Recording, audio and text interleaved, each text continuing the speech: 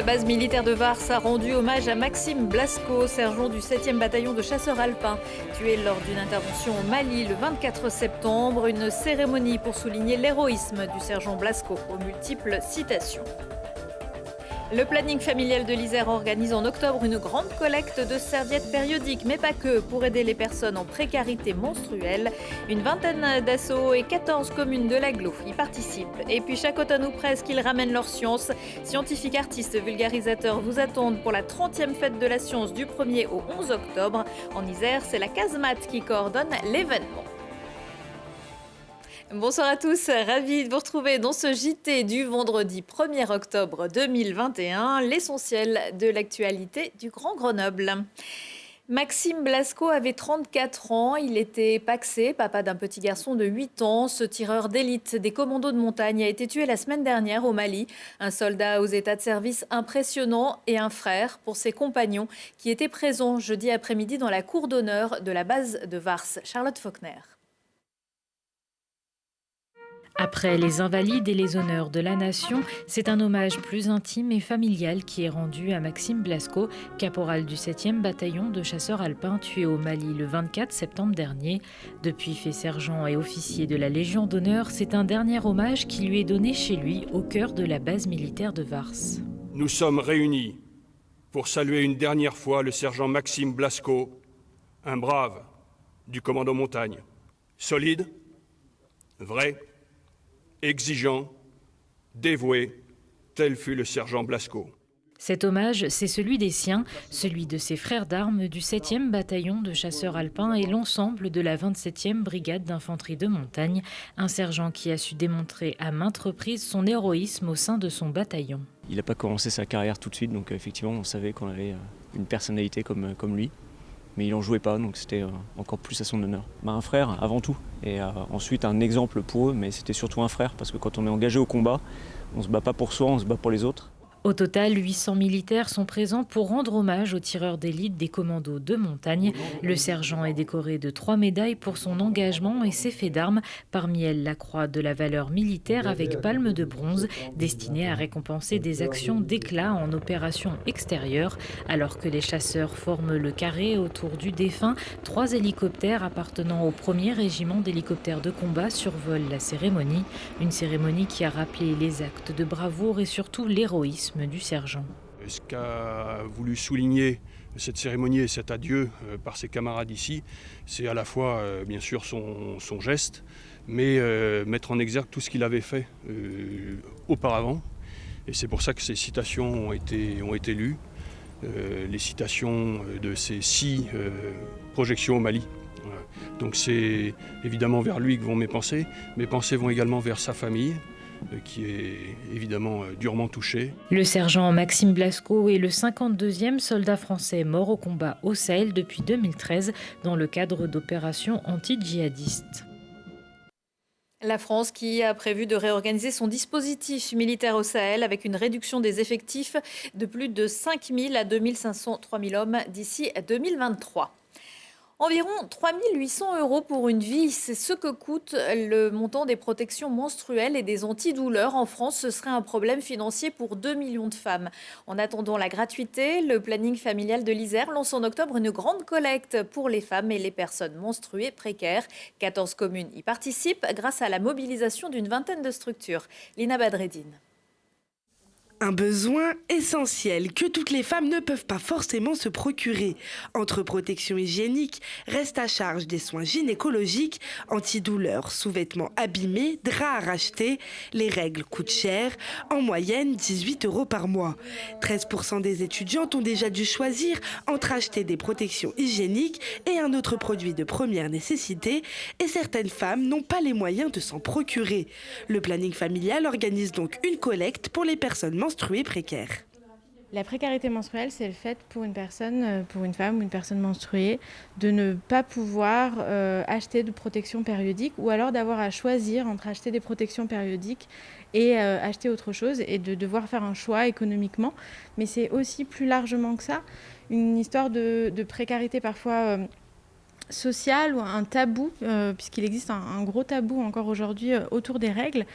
Et c'est parfois le fait de ne pas pouvoir demander dans sa famille à quelqu'un d'acheter des tampons ou d'acheter des serviettes parce qu'on ne sait pas comment le dire.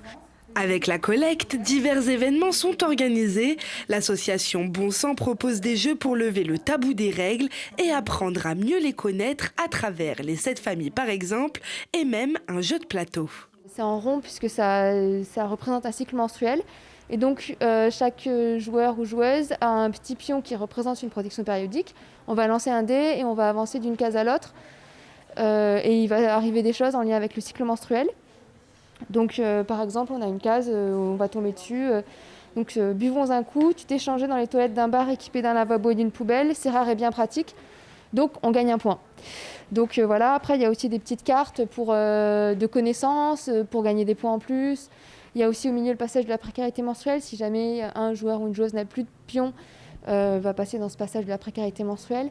Parmi les événements aussi, un atelier couture pour fabriquer ses propres serviettes et culottes menstruelles. Les points de collecte et le planning à retrouver sur le site du planning familial de l'Isère. Droit devant, la nuit du droit et ses mystères à découvrir lundi soir au Palais de Justice de Grenoble. Un événement qui n'avait pas pu se tenir l'an passé et qui revient donc cette année. Les citoyens sont invités à partir de 16h pour découvrir ou redécouvrir in situ le fonctionnement de la justice et ses institutions. Au programme des ateliers métiers, une simulation avec le chien des douanes, simulation d'audience également, des conférences, vie ma vie de juge, une scène de crime ou encore un escape game ou une audience fictive du tribunal administratif. L'entrée est libre et gratuite sur présentation du pass sanitaire. David Queyros, le maire de Saint-Martin-d'Air, est l'invité du QG Politique ce week-end pour détailler notamment le projet Nerpix, ce centre commercial et de loisirs, plus vaste que Grand Place, qui ouvrira en 2024 aux portes du campus. C'est un projet qui est plébiscité par les Martinérois, c'est un projet qui est plébiscité aussi par les publics. Le promoteur investisseur a commandé un sondage. Il y a 7 habitants de la métropole sur 10 qui estiment que ce projet va se traduire par une amélioration du cadre de vie et va leur permettre d'avoir un meilleur accès au divertissement. Donc c'est quand même quelque chose d'assez marqué. J'ai cette conviction-là que le monde attire le monde et que c'est parce qu'on génère de la qualité que voilà, la vie elle devient dynamique et qu'on a un effet levier aussi. Nerpic n'est pas qu'une fin en soi. J'ai la conviction également que les entreprises, pour qu'elles s'installent et pour qu'elles investissent, il faut qu'elles soient situées dans un milieu où il y a une multitude de services. Le QG est ouvert le vendredi à 21h15, samedi à 13h et dimanche à 19h. David Queyros qui dimanche inaugurera aussi la 30e foire verte du Mûrier avec spectacle, marché de producteurs et différentes animations. Autre idée pour occuper vos mini-vous ce week-end, le Café des enfants dans le quartier des Eaux Claires à Grenoble fête ses 11 ans. Samedi, la rue sera à vous pour proposer de nouvelles pratiques de l'espace public, des rencontres, débats, jeux que vous ayez envie de raconter, danser, slammer, dessiner ou chanter la rue. Dimanche, le Café des enfants célébrera son anniversaire avec la compagnie des Zinzins et leurs petits baroufs. Et puis il y a bien sûr la fête de la science. Elle se déroule depuis ce vendredi et jusqu'au 11 octobre en Isère, aux manettes la Casemate à Grenoble. Le coordinateur de cet événement, Emmanuel Lenné, est avec nous. Bonsoir Emmanuel. Bonsoir. Alors cette année, vous avez voulu mettre de l'émotion dans cet événement. Est-ce que vous pouvez nous en dire plus ? Alors oui, dans l'idée de mettre de l'émotion derrière cet événement, c'est de montrer un peu les femmes et les hommes qui font la science au quotidien, qui la partagent aussi, parce que la fête de la science, c'est pas seulement les chercheurs, les scientifiques, les universitaires, mais c'est aussi les passeurs de science, les associations, les MJC, les collectivités qui vont participer à cet événement. Donc on voulait mettre en avant l'humain qu'il y a derrière pour pas laisser penser que la science, c'est des choses abstraites ou des grandes nébuleuses.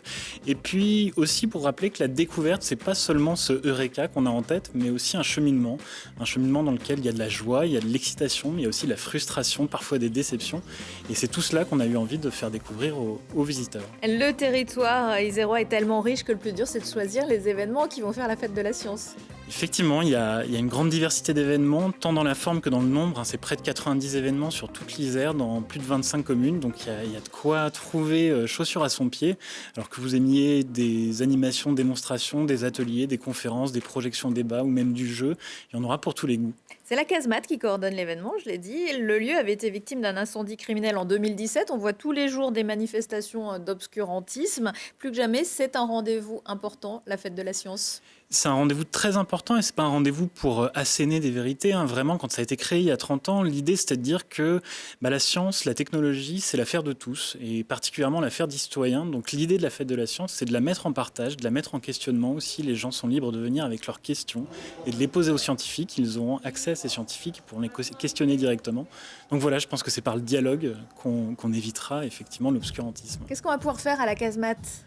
Alors la casemate, diverses choses. Dès ce soir, on va jouer en compagnie de 2 scientifiques, un astronome et un biologiste, à un jeu vidéo pour questionner un peu la science qui est derrière. Mais on peut aussi découvrir ce qui a été fait ces dernières années dans les labs de la casemate ou encore participer à une sorte de jeu défi au sein du Fab Lab ou même découvrir l'exposition Le Jardin Extraordinaire. Donc une diversité de choses à trouver. Un des grands rendez-vous, c'est le Parvis des Sciences. Ce sera samedi 9 octobre. Effectivement, vous avez encore une semaine pour réserver. Il reste des places. Le Parvis des Sciences, donc sur le polygone scientifique, vous attend samedi de 10h à 18h. Il faut réserver, c'est les conditions sanitaires qui imposent cela. Mais il y en a pour tous les goûts une nouvelle fois. Et puis on peut suivre la fête de la science en ligne, vous l'avez dit, sur Twitch, mais pas que. Pas que sur Twitch, il y a d'autres plateformes qui s'y mettent. Il y a Facebook, il y a Instagram, il y a la possibilité de rentrer dans les coulisses de la recherche, notamment avec la programmation éclectique de l'Université Grenoble-Alpes, qui va proposer beaucoup de contenu sur ses réseaux sociaux, qui sont autant d'indiscrétions sur ce qui se passe dans les coulisses. Et puis comme on ne peut pas tout dire, bien sûr, je vous renvoie au site internet www.lacasemate.fr. Exactement. Merci beaucoup Emmanuelle Lenné. On poursuit avec d'autres idées agenda. Elle n'a pas la langue dans sa poche. Sophia Aram sera samedi soir sur la scène du Théâtre en Rond de Sassenage avec son 2e spectacle baptisé À nos amours. Un one-woman show en forme de manifeste, féministe, corrosif et drôle. Vous marrez pas, c'est pas plus con que de croire en Dieu. L'actu, c'est aussi à 19h, 21h et 23h et en replay sur télégrenoble.net. On se quitte en musique avec Louis Winsberg Trio en concert samedi soir à l'Espace culturel Navarre de Champs-sur-Drac à l'occasion du 17e Grenoble-Alpes Métropole Jazz Festival. Belle soirée et excellent week-end à tous.